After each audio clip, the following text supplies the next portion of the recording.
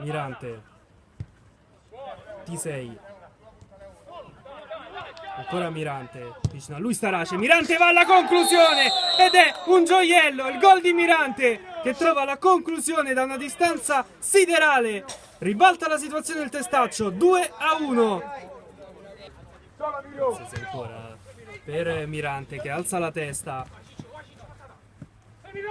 Non c'è spazio questa volta per provare la conclusione. Poi se lo costruisce lo spazio per il tiro e trova un altro gol straordinario. Ancora Mirante, ancora da fuori.